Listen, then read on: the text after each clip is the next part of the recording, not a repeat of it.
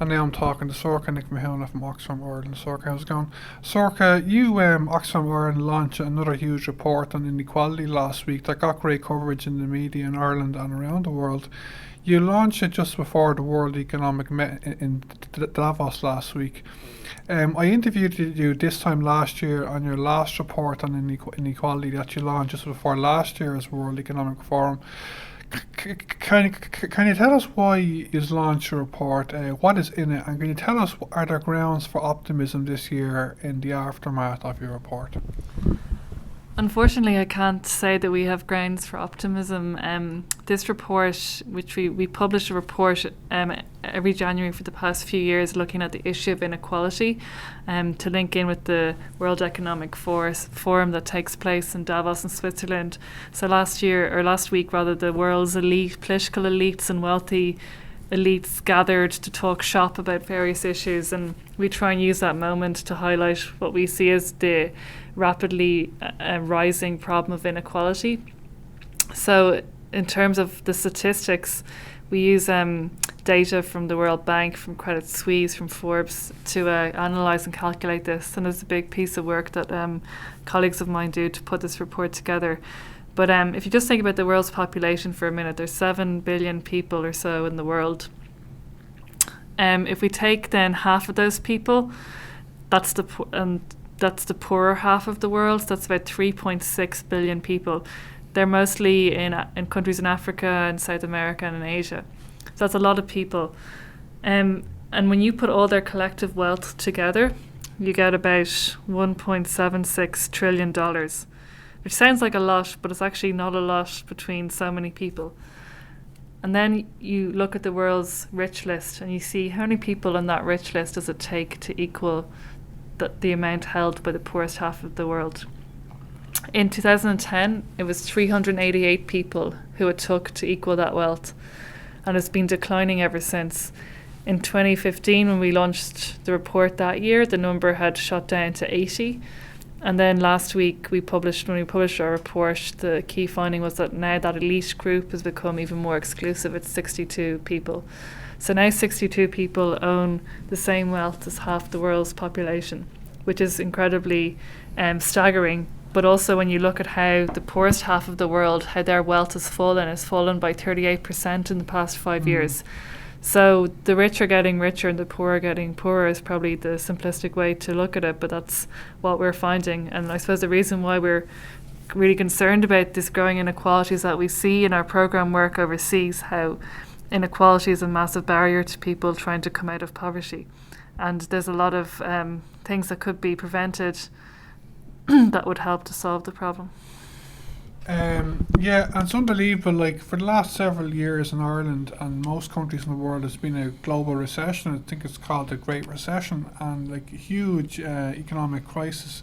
And Ireland is officially out of it now. But like, the kind of top 1%, they actually have got a lot richer despite the recession, haven't they?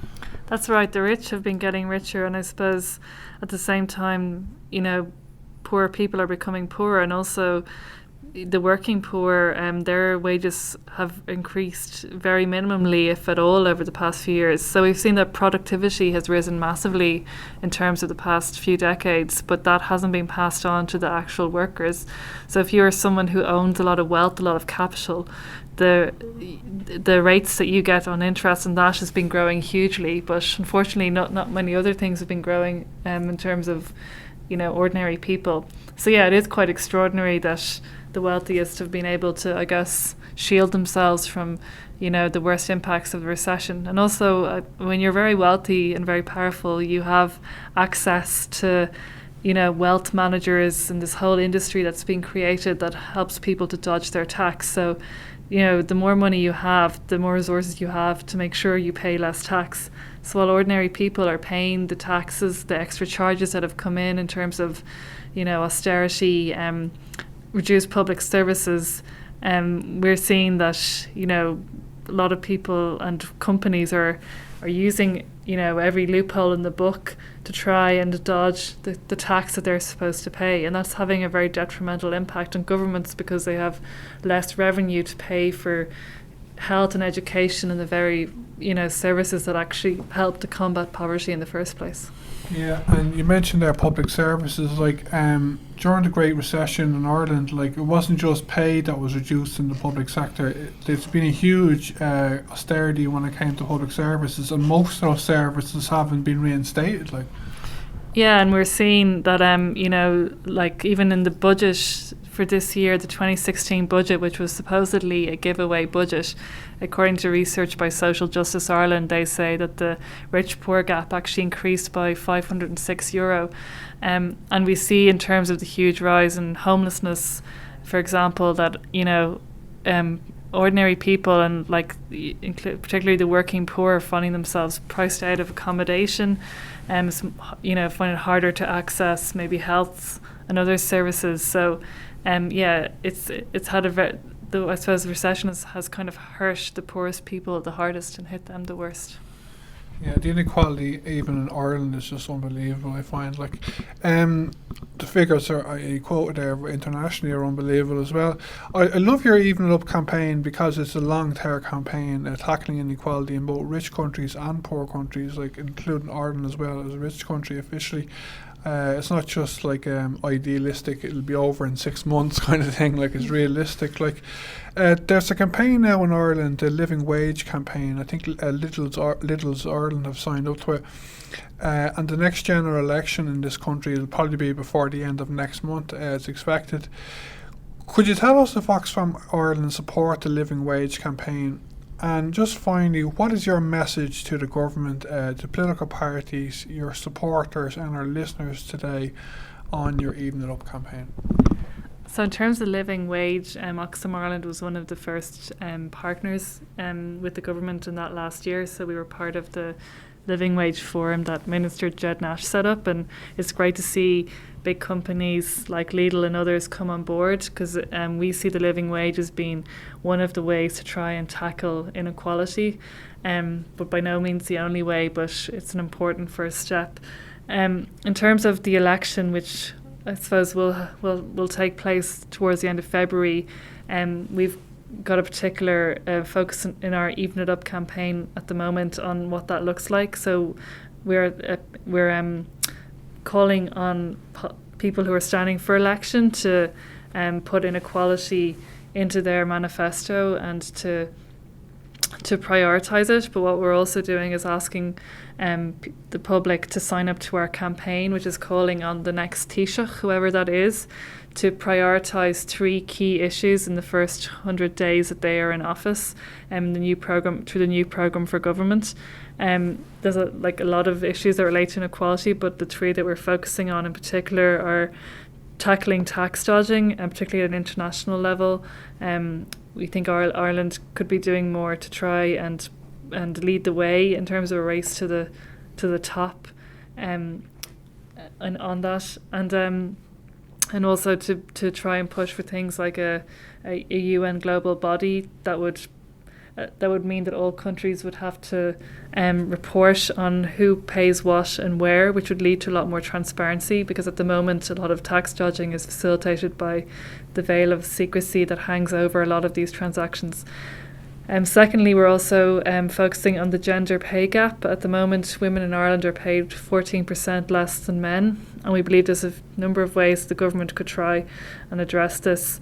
And then thirdly, we're looking at the whole issue of universal access to essential services, and by essential services we mean public services like health and education. I suppose in particular we're looking at how this affects people overseas, so we'd be calling wholly on the next government to ensure that our overseas development assistance is particularly focused on helping people to access those services. Also, in terms of the Sustainable Development Goals that Ireland and many other countries signed up to last year, we have to ensure universal access to healthcare and education in our own country, as well as other countries have that obligation too. So we're very focused on that, because we believe that when people have access to healthcare and education, it allows them to lift themselves out of poverty. And without those services, it's very hard for people to change the situation they're in.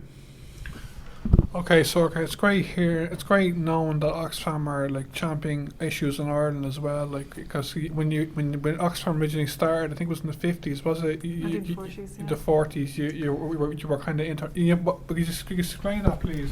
So Oxfam began in 1942 during the Second World War, because as part of that, there was an Allied blockade of Greece, so people were starving to death in Greece because there was no food going through to them. So a number of people. This was the Allies doing this. I think the Allied blockade. Wasn't the Nazis? Yeah. And the people got together in Oxford in England and set up the Oxford Famine Relief Committee, which then became shortened to Oxfam. The Ox coming from Oxford and famine from famine. And what they were doing was trying to address that, but also, putting pressure on the government in the UK to try and do something about it. So I think Oxfam, from its roots, has, been an organisation that not only provides emergency aid to people in desperate circumstances and also long-term development programmes, we're also very much a campaigning organisation. And Oxfam Ireland has been here for over 50 years, and we are. There's now, like Oxfam Australia, Oxfam America, Oxfam Canada, Oxfam South Africa, we're all independent, sister organisations, all part of the Oxfam International Confederation. So we all come together on particular campaigns, for example, the Even It Up campaign. So that's kind of nice because we're trying to do something globally together for maximum impact. Yeah, no, I meant that like for a lot of years Oxfam have been running your focus on developing countries, whereas like if you've done both throughout your history, haven't you? Absolutely, yeah. So we've I suppose one of the core ways of working in Oxfam is that we not only provide the services or the aid that people need, but we also try to address the root causes that create certain situations. So particularly focusing on the policies by governments, for example, or the practices, for example, big business practices that actually mean that people end up in poverty or that are exploitative or vulnerable. Because we believe in order to actually eradicate poverty, you need to do both. You need to provide aid, you need to help people through long-term development, and that's very much community-led. But we also feel you need to advocate at whether it's a local level, a national level, international level, to try and change the structures or systems that mean that people are forced into or stuck in poverty. But I think it's really important to emphasise that when we are advocating in the poorer countries that we work in, that it's very much local people's voices who are to the fore. So we would, to give like one small example, we work a lot with people affected by HIV and AIDS. So we help them to come together and give them the support and the skills to, lobby for themselves, to lobby their own governments, to improve, for example, healthcare services in their own country. It's not just about, someone from Ireland coming in and telling the government of whatever country to do things better. We believe very much in getting local people to hold their own leaders to account, and we support them to do that. And we've had a lot of successes in terms of using that approach all over the world. Yeah, it's great to see us working in Ireland as well. It just to finish up, if listeners want to find out more about the Even Up campaign and about your general election advocacy work, what's the best ways to do that? The best way is to go onto our website, oxfamireland.org, and you'll see the Even It Up campaign on the front page. And also you can keep an eye on our Twitter account at Oxfam Ireland, or our Facebook page, where we will be sharing updates on that. And also our blog section will be updating people on how we're getting on with that. And we hope to have a hustings event in February where we're going to be putting some questions to various politicians about what they can do to solve inequality. So that the dates for that haven't been finalised yet, but we hope that will take place in Dublin. We hope we'll have some people there who can support the work. Yeah, I could see it that. If I don't see it, I'll talk to you just after the general election. Great, thanks, Darren.